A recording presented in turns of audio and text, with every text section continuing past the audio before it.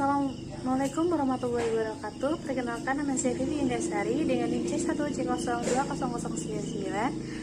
Kali ini saya akan mempresentasikan materi perkuliahan perpajakan dengan judul SPT dan SSP. Dalam materi kali ini dibagi menjadi dua bagian. Yang pertama tentang surat pemberitahuan dan yang kedua tentang surat setoran pajak. Yang pertama, surat pemberitahuan atau SPT. Pengertian SPT. Surat pemberitahuan atau yang biasa dikenal dengan istilah SPT adalah surat yang digunakan wajib pajak untuk melaporkan perhitungan pajak, penghasilan, harta, objek pajak, atau kewajiban lainnya yang disebutkan dalam peraturan perundang-undangan perpajakan. Di dalam SPT sendiri memuat informasi tentang jumlah pajak terutang serta pelunasan pajak yang telah dilakukan dalam periode tertentu. Segala informasi yang dituliskan dalam SPT harus benar, lengkap, dan jelas. Jenis SPT ada dua. Yang pertama adalah SPT masa dan yang kedua adalah SPT tahunan. SPT masa digunakan untuk melaporkan pajak dalam kurun waktu tertentu atau bulanan. Jenis pajak yang harus dilaporkan setiap bulan melalui SPT masa terdiri dari pajak penghasilan PPh pasal 21, PPh pasal 25, PPh pasal 23, PPh pasal 25, PPh pasal 26, PPh pasal 24, Ayat 2, PPh pasal 15, PPN, dan PPNBM.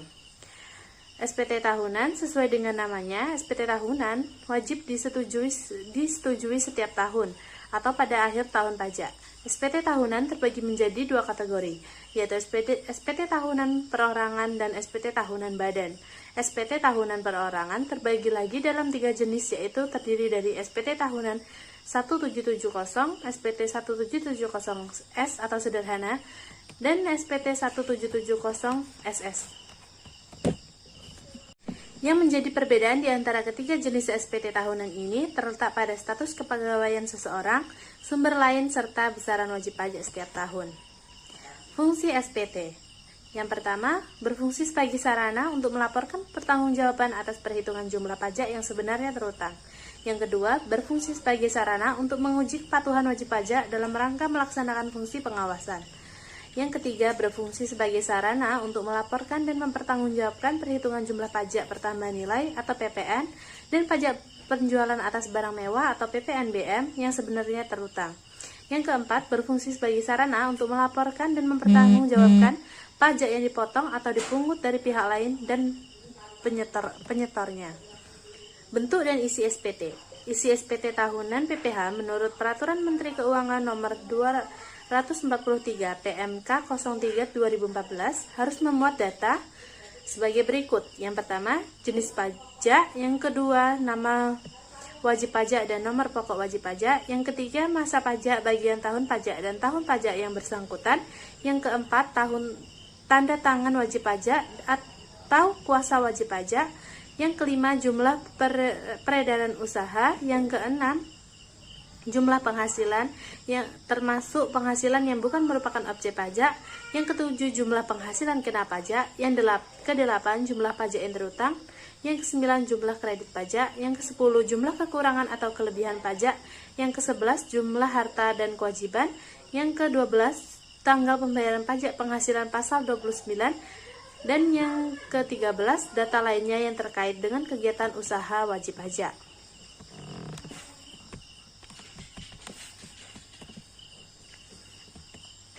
SPT untuk wajib pajak orang pribadi terdiri dari tiga. Yang pertama, formulir SPT tahunan 1770. Formulir yang digunakan wajib pajak orang pribadi yang memiliki status sebagai pemilik bisnis dan pekerja dengan keahlian tertentu atau biasa disebut pekerja lepas, misalnya pemilik usaha catering, dokter, pengacara, dan lain sebagainya. Yang kedua, formulir SPT tahunan 1770S. Formulir yang digunakan oleh wajib pajak orang pribadi dengan penghasilan per tahunnya lebih dari 60 juta. Tak hanya itu, pekerja yang memiliki sumber penghasilan lebih dari satu tempat kerja, sedikitnya 2, juga dapat melaporkan pajak dengan formulir ini. Yang ketiga, formulir SPT tahunan 1770SS merupakan formulir yang digunakan oleh wajib pajak dengan penghasilan kurang atau setara 60 juta rupiah setiap tahunnya. Formulir ini ditujukan bagi karyawan yang bekerja hanya di satu perusahaan atau instansi selama minimal 1 tahun. Bentuk SPT wajib pajak orang pribadi. SPT untuk wajib pajak badan. SPT tahunan PPh badan ada 2 jenis, yaitu formulir 1771 untuk yang menyelenggarakan pembukuan dalam mata uang rupiah dan formulir 1770S untuk yang menyelenggarakan pembukuan dengan mata uang US dollar. Pada SPT tahunan badan 1771 berisikan informasi seperti NPWP, nama dan alamat pemotong pajak, rincian penghasilan, penghitungan pemotongan PPh, dan informasi lainnya secara detail. Sebelum mengisi SPT tahunan badan, ada sebaiknya Anda mempersiapkan dokumen-dokumen berikut sebagai kelengkapan. Yang pertama ada SPT masa PPN, yang kedua SPT masa PPh pasal 21 mulai dari masa pajak Januari sampai dengan Desember, yang ketiga bukti pemotongan PPh pasal 23 mulai dari masa pajak Januari sampai dengan Desember, yang keempat bukti pemungutan PPh pasal 22 masa pajak Januari sampai dengan Desember, yang kelima bukti pemotongan PPh pasal 4 ayat 2 masa pajak Januari sampai dengan Desember. Yang keenam bukti pembayaran PPh pasal 25 masa pajak Januari sampai dengan Desember. Yang ketujuh bukti pembayaran atas SPT PPh pasal 25 masa pajak Januari sampai Desember. Dan yang kedelapan laporan keuangan. Berikut bentuk SPT wajib pajak badan. Yang wajib mengisi SPT. Setiap warga negara Indonesia yang telah memiliki penghasilan pribadi dan masuk dalam kriteria penghasilan kena wajib melaporkan surat pemberitahuan atau SPT ke Direktorat Jenderal Pajak. Direktur Penyuluhan Pelayanan dan Hubungan Masyarakat Nilmardrin Nur beberapa waktu lalu menjelaskan ketentuan mengisi SPT bagi seluruh wajib pajak ini diatur dalam pasal 3 ayat 1 Undang-Undang Ketentuan Umum dan Tata Cara Perpajakan, di mana setiap wajib pajak wajib mengisi SPT dengan benar, lengkap, jelas, menandatangani serta menyampaikan SPT tersebut. Ia menjelaskan pelaporan SPT ini ditujukan bukan hanya untuk melaporkan perhitungan atau pembayaran pajak dari penghasilan saja, namun dilakukan untuk melihat apakah wajib pajak tersebut masih terdaftar dan harta yang bertambah apakah masih wajar. Pembetulan SPT dalam UU nomor 26 tahun 1983 tentang Ketentuan Umum dan Tata Cara Perpajakan dan UU nomor 28 tahun 2007 sebagai perubahan ketiga atas dasar peraturan perubahan SPT tahunan. Dari UU tersebut diketahui bahwa pembetulan SPT adalah permohonan oleh wajib pajak untuk merevisi laporan atas perhitungan dan pembayaran pajak sesuai dengan ketentuan peraturan perpajakan. Pembetulan SPT bisa terus saja terjadi ketika SPT tahunan yang dilaporkan ada yang ingin direvisi untuk tahun pajak yang sama. Pembetulan SPT tahunan ini berlaku untuk setiap pajak yang ingin direvisi seperti pajak penghasilan PPh pasal 21, PPh pasal 22, PPh pasal 23, dan lain sebagainya. Namun sifat dari pembetulan SPT tahunan ini tidak berlaku untuk laporan SPT bulanan perusahaan. Batas waktu penyampaian SPT. Untuk SPT tahunan wajib pajak orang pribadi, batas waktu penyampaiannya adalah paling lama 3 bulan setelah akhir tahun pajak.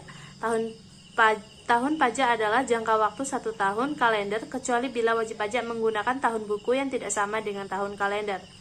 Untuk SPT tahunan wajib pajak badan, batas waktu penyampaian SPT-nya adalah paling lama 4 bulan setelah akhir tahun pajak. Sedangkan untuk SPT masa, batas waktu penyampaiannya adalah paling lama 20 hari setelah akhir tahun pajak. Menteri Keuangan menentukan tanggal jatuh tempo pembayaran dan penyetoran pajak yang terutang untuk suatu saat atau masa pajak bagi masing-masing jenis pajak. Paling lama 15 hari setelah saat terutangnya masa pajak atau berakhirnya masa pajak.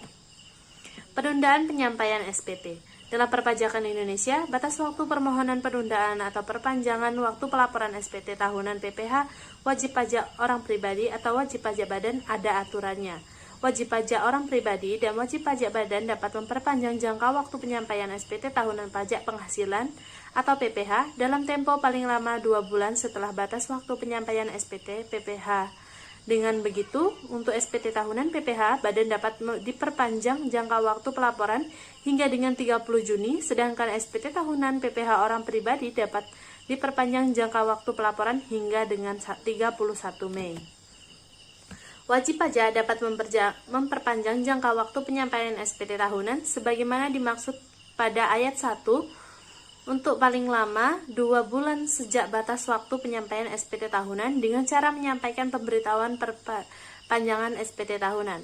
Secara lebih rinci, sesuai pasal 4 ayat 1 dan 2 Peraturan 21 PJ 2009, berikut ini prosedur yang harus dilakukan oleh wajib pajak dan wajib pajak badan dan wajib pajak orang pribadi, termasuk mereka yang berwirausaha, ketika mengajukan permohonan penundaan dan perpanjangan SPT. Yang pertama, membuat pemberitahuan perpanjangan SPT tahunan secara tertulis seperti dijelaskan sebelumnya. Permohonan itu disampaikan dalam formulir yang sudah baku dan dalam bentuk data elektronik. Juga jangan lupa masukkan dokumen lampiran yang diminta dan serahkan ke kantor pelayanan pajak sebelum batas waktu penyampaian SPT tahunan berakhir. Formulir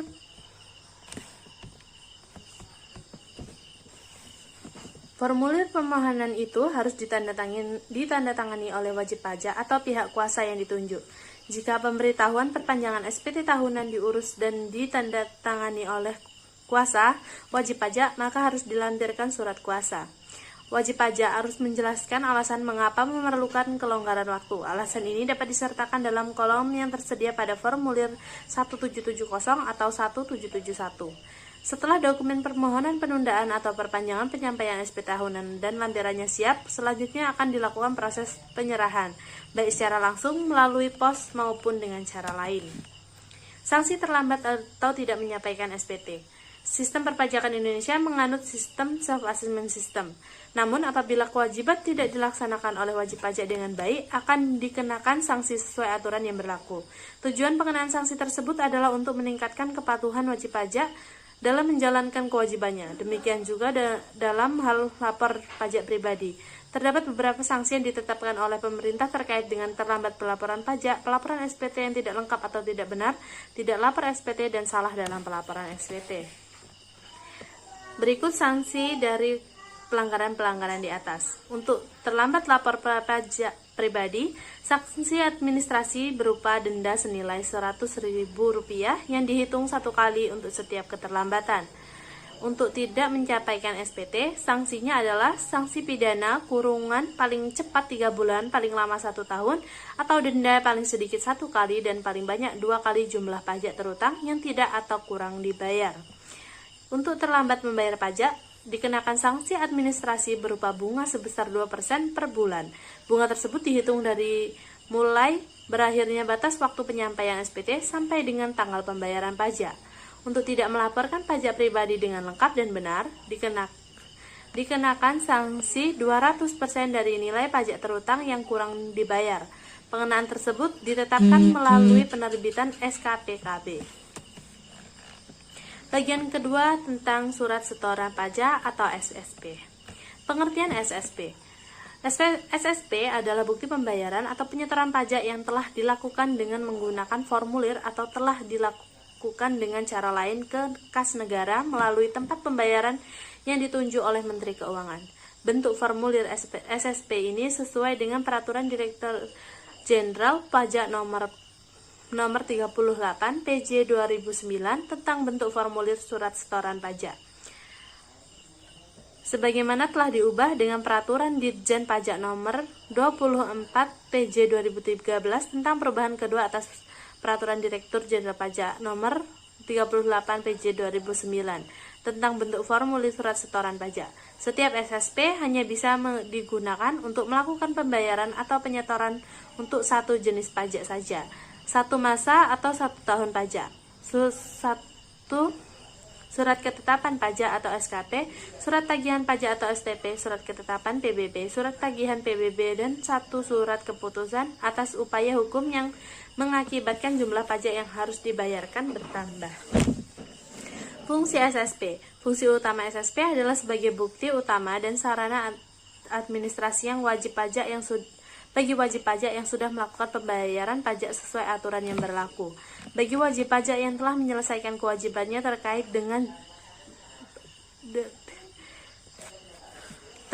dengan pajak akan mendapat bukti pembayaran pajak yang telah disahkan atau telah mendapat validasi dari pejabat kantor atau pihak lainnya yang memiliki kewenangan dalam hal ini. Fungsi SSP yang pertama menjadi bukti pembayaran yang dicetak oleh kantor penerima pembayaran menggunakan mesin transaksi yang telah ditetapkan atau diatur oleh pemerintah. Yang kedua, SSP ini bisa digunakan para wajib pajak saat melakukan kewajibannya ke kantor penerima pembayaran. Surat ini sendiri nantinya mempunyai tujuan sebagai bukti pembayaran. Yang ketiga, sebagai surat setoran cukai terkait barang kena cukai dan PPN hasil tembakau buatan dalam negeri atau SSCP. Yang keempat, sebagai surat setoran pabean cukai dan pajak impor. Batas waktu pembayaran SSP. Untuk PPh pasal 4 ayat 2, pajak yang dipotong oleh pemotong PPh harus disetorkan paling lama tanggal 10 bulan berikutnya setelah masa pajak berakhir. Untuk pajak yang harus dibayarkan sendiri, pajak harus disetor paling lama 15 bulan berikutnya setelah masa pajak berakhir, kecuali ada ketetapan lain dari Menteri Keuangan. PPh pasal 15, pajak yang dipotong oleh pemotong harus disetorkan paling lambat tanggal 10 bulan berikutnya setelah masa pajak berakhir. Untuk yang dibayarkan sendiri, maka batas penyetorannya adalah tanggal 15 bulan berikutnya setelah masa pajak berakhir. PPh pasal 21, pajak yang dipotong oleh pemotong harus disetor paling lambat tanggal 10 bulan berikutnya setelah masa pajak berakhir. Untuk PPh pasal 23 dan PPh pasal 26, pajak yang dipotong oleh pemotong harus disetor paling lambat tanggal 10 bulan berikutnya setelah masa pajak berakhir. Untuk PPh pasal 25, pajak yang harus dibayarkan paling lama tanggal 15 bulan berikutnya setelah masa pajak berakhir. Untuk PPh pasal 22, PPN dan PPBN atas impor, pajak ini harus dilunasi bersamaan dengan saat pembayaran biaya masuk, dan dalam hal biaya masuk yang ditunda atau dibebaskan, PPh pasal 22 PPN dan PPNBM atas impor harus dilunasi pada saat penyelesaian dokumen pemberitahuan pabean impor. Untuk pajak ini dipungut oleh Direktur Jenderal Bea Cukai, maka batas penyetorannya adalah 1 hari kerja setelah dilakukan pemungutan pajak. PPh pasal 22. Untuk pajak yang dipungut oleh bendahara, maka harus disetorkan hari yang sama dengan pelaksanaan pembayaran atas penyerahan barang yang dibiayai dari belanja negara atau belanja daerah. Pajak ini dibayarkan dengan menggunakan surat setoran pajak atas nama rekanan dan ditandatangani oleh bendahara. PPN atau PPN dan PPNBM. Pajak yang terutang dalam satu masa pajak harus disetor paling lama akhir bulan berikutnya setelah masa pajak berakhir dan sebelum penyampaian SPT masa. Untuk pajak yang pemungutannya merupakan bendahara pemerintah atau instansi yang ditunjuk, penyetorannya paling lambat adalah tanggal 7 bulan berikutnya setelah masa pajak berakhir. Jika pemungutnya merupakan pemungut selain bendahara pemerintah atau instansi pemerintah, maka penyetoran harus dilakukan paling lambat tanggal 15 bulan berikutnya setelah masa pajak berakhir. Untuk PPh pasal 25, untuk wajib pajak dengan kriteria tertentu, pasal 3 ayat 3 BUU KUP yang melaporkan beberapa masa pajak dalam satu SPT, selain itu harus dibayar paling lama pada akhir masa pajak terakhir. Selain itu, batas waktu yang juga ditentukan berdasarkan jenis pajak yang akan disetorkan. Sekian presentasi dari saya. Terima kasih. Wassalamualaikum warahmatullahi wabarakatuh.